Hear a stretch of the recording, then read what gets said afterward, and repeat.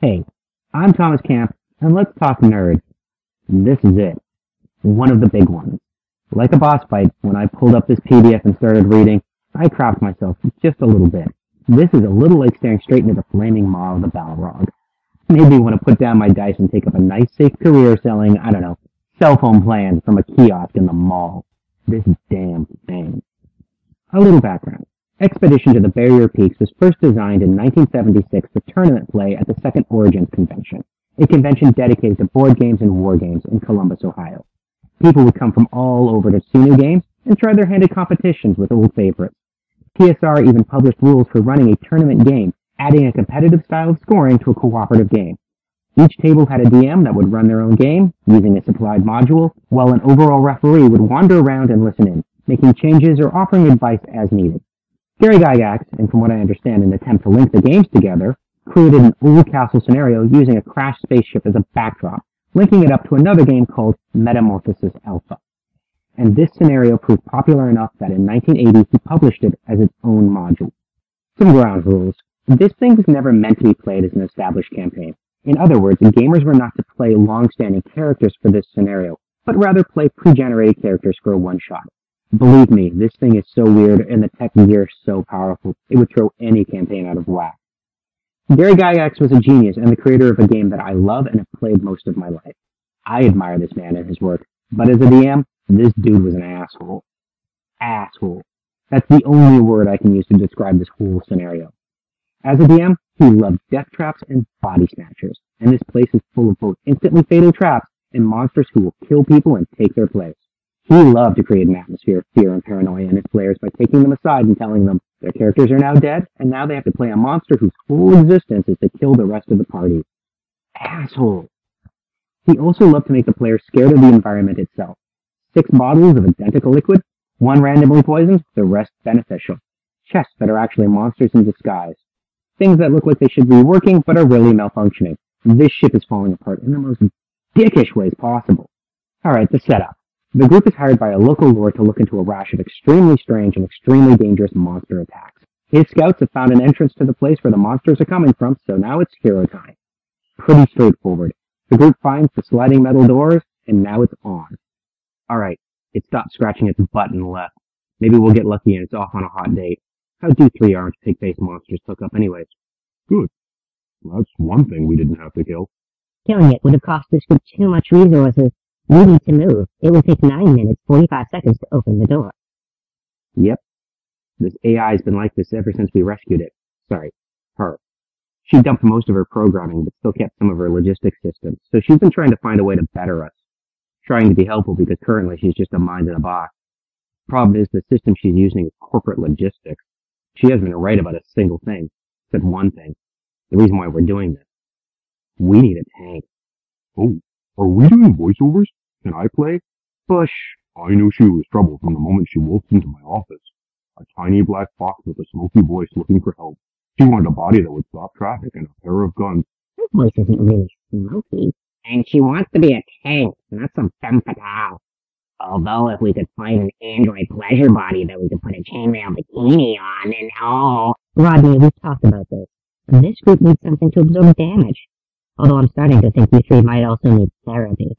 Look, all of you. I'm the one doing this recap, so zip it. Fine. Oh, this lock is ancient. It will take longer than I expected. Really?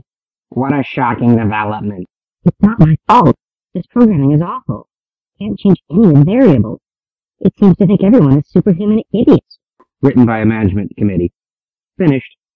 What? How? That's impossible. It's a 12-digit combination with a multiple interface and keyed to a specific keycard. Crowbar. Oh.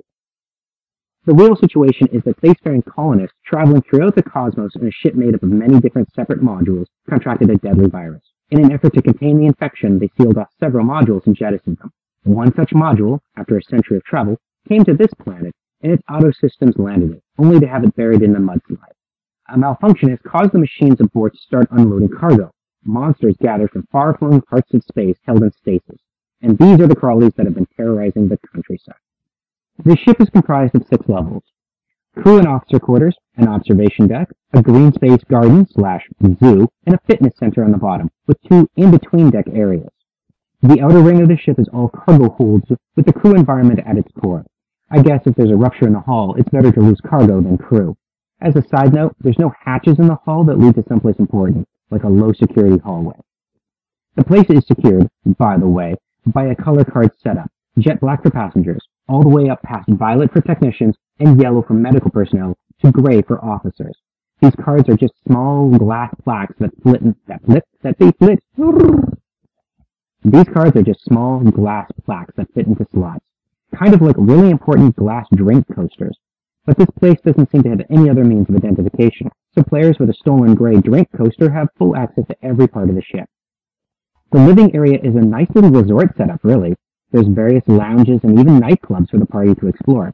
Pretty cushy, except for the vicious monstrosities that are crawling all over this place. The crew, as they died of the plague, went insane and released a bunch of specimens. Some of those specimens are long-lived and pretty intelligent. These specimens have since released other creatures, nominally to eat them, but in some cases just to be. And this place is now infested with its own little ecosystem of awful. It's a baboonoid eat baboonoid world in here. The first level is crew quarters, and it has veggie pygmies, tiny little plant humanoids who try to infect people with rust-colored mold that kills its victims and turns them into more veggie pygmies. There is a lot of these little guys, but this level is deceptively easy compared to the rest of the ship. There is also a bunch of malfunctioning police robots just wandering around. It's pretty funny that the robots, like security and medical bots, still operate and go about their daily routines. If the group has a way to communicate with them, and has clearance, they can have some pretty fun interactions. They could also be grabbed by a medical bot and autopsied in a fast and fatal manner. There's a bunch of useful gear that has a 25% chance of being deadly poison or malfunctioning. Halt! Please lay down your weapons and surrender. Resistance is understandable, but not necessarily helpful at this junction. Guns are useless, and I'm out of grenades. What are they made of? Die-cast metal. Hardest substance made. If I can take one over, it'll make an excellent chassis. Take it over? Sure, do they stop operating when we finish chipping the paint off? Because that's all we've done. Rodney, can you pull out another electric spell? You bet. That's all I've memorized. If you damage the electronics, I won't be able to interface with it. You won't be able to interface if it smears us all over the bulkhead. Light 'em up. I've always wanted to say that. After that, there's an in-between deck area that's pretty eerie and has a monster called an intellect devourer. These things are Cthulhian horrors that look like brains on dog legs. They're smart with all the sensibilities of a deranged pit bull. And they have the ability to take over a dead person's body and wear them like a skin suit. Cue that paranoia. There's an observation deck that looks over the garden area on the deck below. I love this part because it's all blinking machines and dancing in unlit nightclubs, and a malfunctioning dining service robot that will try to grapple and force-feed players rotting food. Actually, there's a lot of really huggy monsters on this level. Each standard night clubbing, I guess. Grabby creeps, booze, and trying to choke down lousy food. This place is really nice, except for all the monsters. What was the ship's purpose? It appears to be a retirement area. Thomas, what does the driver look like? 3 prongs. Good, it's old, but I should be able to talk to it. Could you please hook me up? Are you sure? I'm no space engineer, but I'm pretty sure this terminal isn't important. Actually, I'm sure we're in some sort of space tavern. It should be connected to a mainframe. Even if it isn't, it will give us some idea where to look. Okay. Done. Hey there, customer. Who's hungry? What's on the menu? Hey, let go. Guys, help, guys. It's force-feeding him tapioca. Bush, try and pull him free. Do something. I can't. All I'm getting is a spinning hourglass. Oh dear. Now what? AI? Damn it! The garden area is the most populated part of this adventure and the main thrust of the module. It's full of weird plants and awful monsters. Oozes, mounds, slimes, and plants all compete to tear the party anew. Pretty much every nook and cranny of this level has some new horror trying to eat the party. There's this weird 6-legged badger that's as cuddly as a blender made of hate, and a mutant toad so big it gets the name Froghemoth. Various normal critters get the term oid added to the end of their name, and now they're aliens, like rabbitoid, slugoid, lizardoid, and budgioid. After this, there's a physical activity and theater level. All of the awfulness on the level above doesn't come to this place.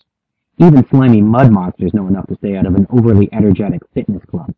The most memorable part of this level is the malfunctioning fitness instructor bots, like the one that throws dumbbells at people's heads while screaming about working up that sweat and feeling the burn. There's also a wrestling bot with the most bullshit grappling rules ever written. Bullshit! I forgot the Mind Flayer. There's a Mind Flayer on this level, hiding out by the theater area. Maybe it's trying to hold auditions for the next alien idol? I don't know. I do know that the original colonists had a Mind Flayer in a cage, just chilling. These dudes were. And this thing is super pissy. I've dealt with directors before, so this behavior isn't something that surprises me. But here's an actor's nightmare for you.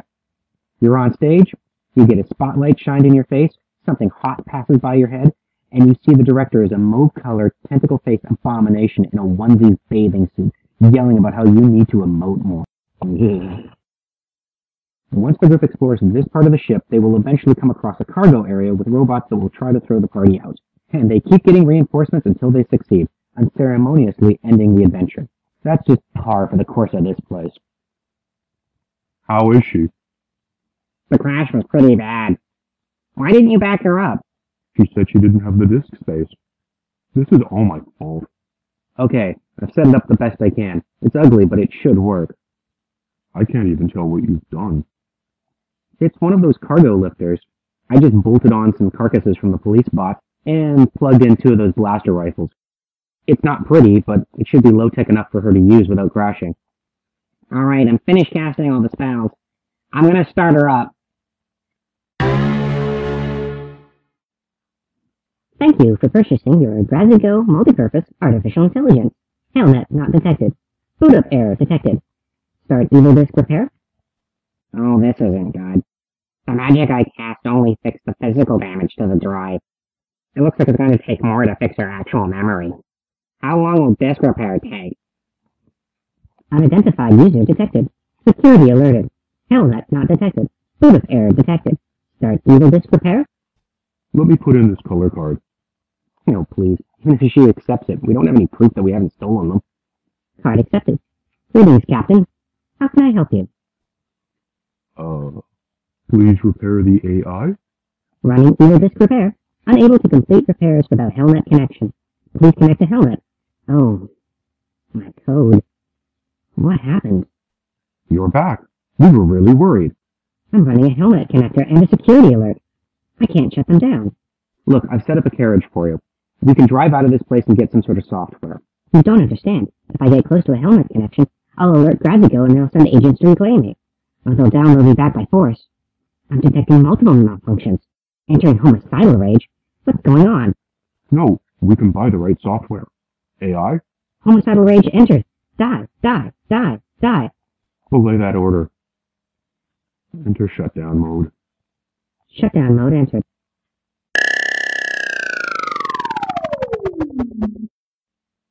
Great. Those Hellnet connections are everywhere. Now what? We need to get out of this place. I know some places that Hellnet can't get to. We need to think of a way of helping her without booting her up again. Well, we have a heavily armed cargo lifter. The pilot I made for it is unavailable, but I can sort of run it. Rodney, man the blasters. Bush, you be the spotters. We don't roll on this thing, but let's hover out. Done and done. So, what did I think? To be honest, there's been plenty of times I've shook my fist at the sky and cursed that name. Dyax! His modules were always populated with things that just grind an adventure to a screaming halt. Bizarre death traps with complicated keys, body snatching, random potions of poison, cursed magical items, anything to force the group to second-guess itself and bicker. Playing one of these modules was always a chore, and it always created a DM versus player attitude, which only made the game harder. I'm surprised how little I missed those days. That being said, this adventure is visionary. Do you want to know how to write a spaceship? Look at this thing. It's kind of like an actual map of an actual cruise ship that's been sent into space. Sure, it's missing a navigation area and an engine room, but it's got a lot of really good stuff here. It's still a product of its time, but it had vision to it, one that I really adore. Plus, seeing how someone saw the future 40 years ago is really neat. The best part of this game is the artwork. There is a separate booklet full of it, and the DM is encouraged to show the players what's going on as the game progresses. 1976 vision of the future is pretty clunky and really squat. I love the fact that everything is analog with huge blinking plastic buttons. Gaiax, in an effort to keep the mystery of the technology, created weapons that look sort of like weapons, but not really. After all, guns look the way they do because of kinetic energy. They're designed that way because of the kick of the explosive energy that is generated. Space guns that fire lasers don't generate kinetic energy, the kick, so they don't have to look like a gun. They only look that way in the movies because the audience wouldn't recognize them if they didn't. Describing a pistol as a bottle with wires inside and having it fire from the flat end is pretty ingenious, if not a little... what's that word again? Thanks. Wow, I really do feel like I conquered something really big today. This has been fun. But now it's time to get back to that jungle. Next week we continue our journey into the heart of darkness and look for that lost city. The city of Seven Spears. Until then. Do you call that sweating? I have seen more hustle out of it. And that's why I never took a gym class. That's the last of them. It's clear sailing from here. A ship full of robots, and the hardest fight was with the ones programmed to help old people do sit-ups. We need to get someplace remote. Someplace the corporation hasn't gone. But we still need to get close enough to civilization to find a way to reboot her. We really need to think outside the box. I have an idea. It's insane and illogical, but it's the best I have. Let's hear it. We find a fountain of youth. How is that going to help? She's a metal box. A backup is a copy of memory that stops at a certain point in time that the user can go back to. If you think about it, that's what a fountain of youth essentially does. Only it's supposed to work on organic material, so... I've heard of ones that can repair broken artifacts, but they're all lost. None of them are easy to find. We almost found one. That lost city in the jungle that we led those people to. Legends say there's a magic fountain hidden somewhere in there. We'll need to join one of those groups as cover as we look. But one of those groups was part of the corporation. They'll have a Hellnet connection. But it will be small. We should be able to take it down. It should be someone stupid enough to trust us, but someone we don't mind betraying in the end.